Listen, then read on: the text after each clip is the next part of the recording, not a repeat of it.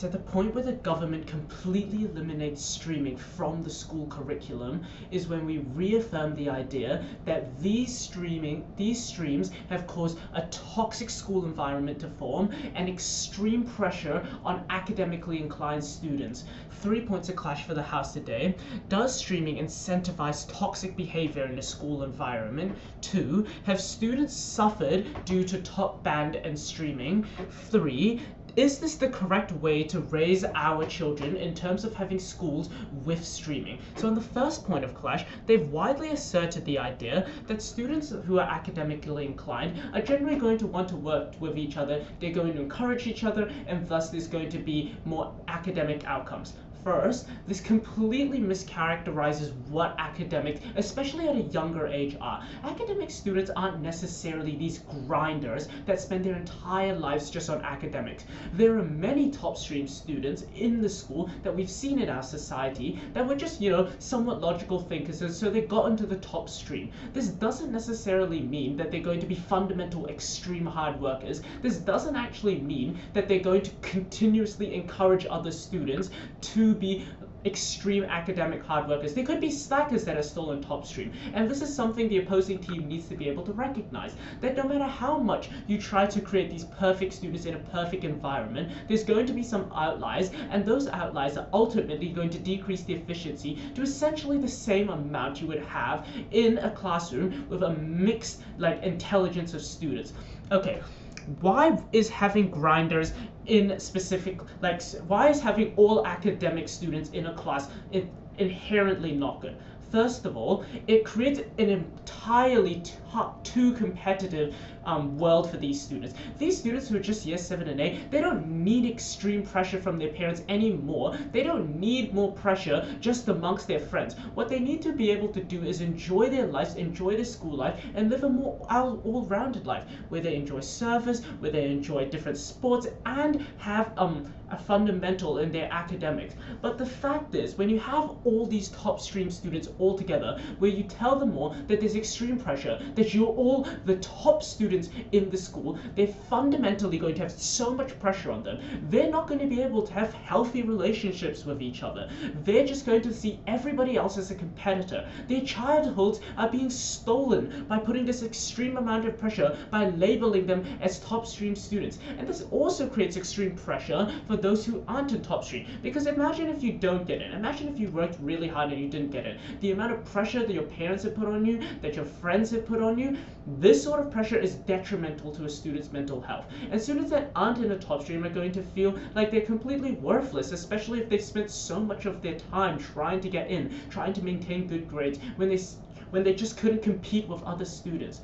If we have a more equalized, and if we had non-streamed classes, everyone is equal. Academic students could still thrive in their classrooms. It's not like just because they put in a non-streamed class, it means they're going to just start failing. This is fundamentally wrong. If they were really hardworking, if they really truly cared about their education, they still would be able to work quite well and still would be able to maintain good academic success.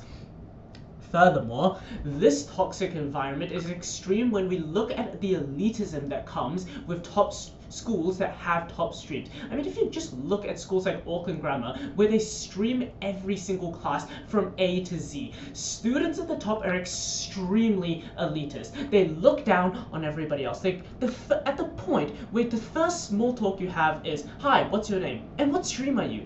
This is the point where we don't agree with streaming, because it makes students think that their whole school lives, basically their entire life, is based around, am I top stream? That's my worth. At the point where your stream is your worth is where we've completely degraded the mentality of our students. And that's what we've regret, because we're seeing extremely cocky students come out of universities nowadays into the work environments where they think they're extremely entitled. This is fundamentally because from an early age they've been told, I'm at the top stream, I'm really, really important because I'm really, really smart. This is not what we support on our side of the house, and these are the types of people that are being being perpetuated in our society because we've had top streaming in schools before.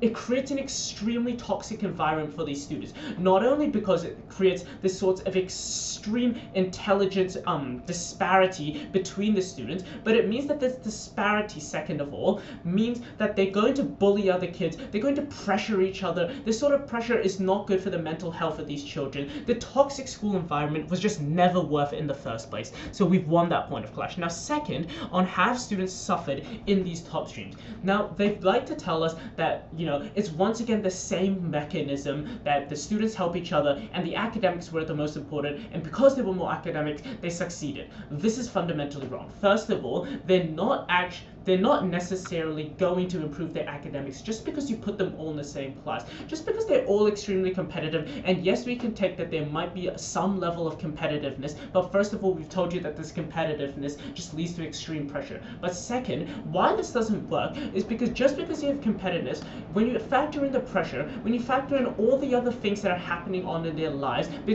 fact that they're crying every single night because they can't handle the workload, they can't handle the idea that they need to be able to be the top student where there are so many others in competing, is when their grades suddenly begin to fall, and they fall and they fall and they fall. However, if you had a mixed stream class, then you would have just had students that think like everyday normal citizens. Like they think that, oh yeah, I've got to study for this test, I've got to do well. If they do well, they're happy. They don't have to constantly compare to each other because they know where their levels are at, they know where they should be working at, and they go on their own self-improvement. We've seen historically that top stream classes at a certain higher and tertiary education do significantly worse, and this is a fundamental reason why the New Zealand government has taken top streams out of schools, because they know that at the end of the day, these mental health effects have such long-term detriments that in the future, they're simply not able to success. Top stream students don't succeed. And for those students that didn't make it into top stream, they claim that they're going to be able to target specifically students that aren't doing well.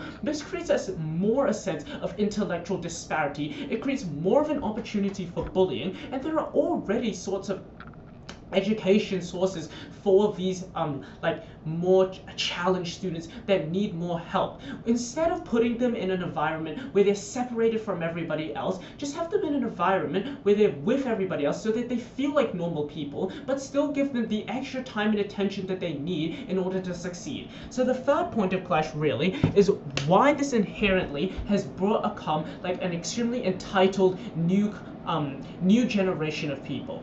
When these students are brought up with the idea that your self-worth is only worth by your intelligence, by whether or not you were able to make it into top stream, this has fundamental flow-on effects to later on in their life. Because at the point where they get to work, there is no such thing as top stream. There is no such thing as being like the top in your class, at the top of academics.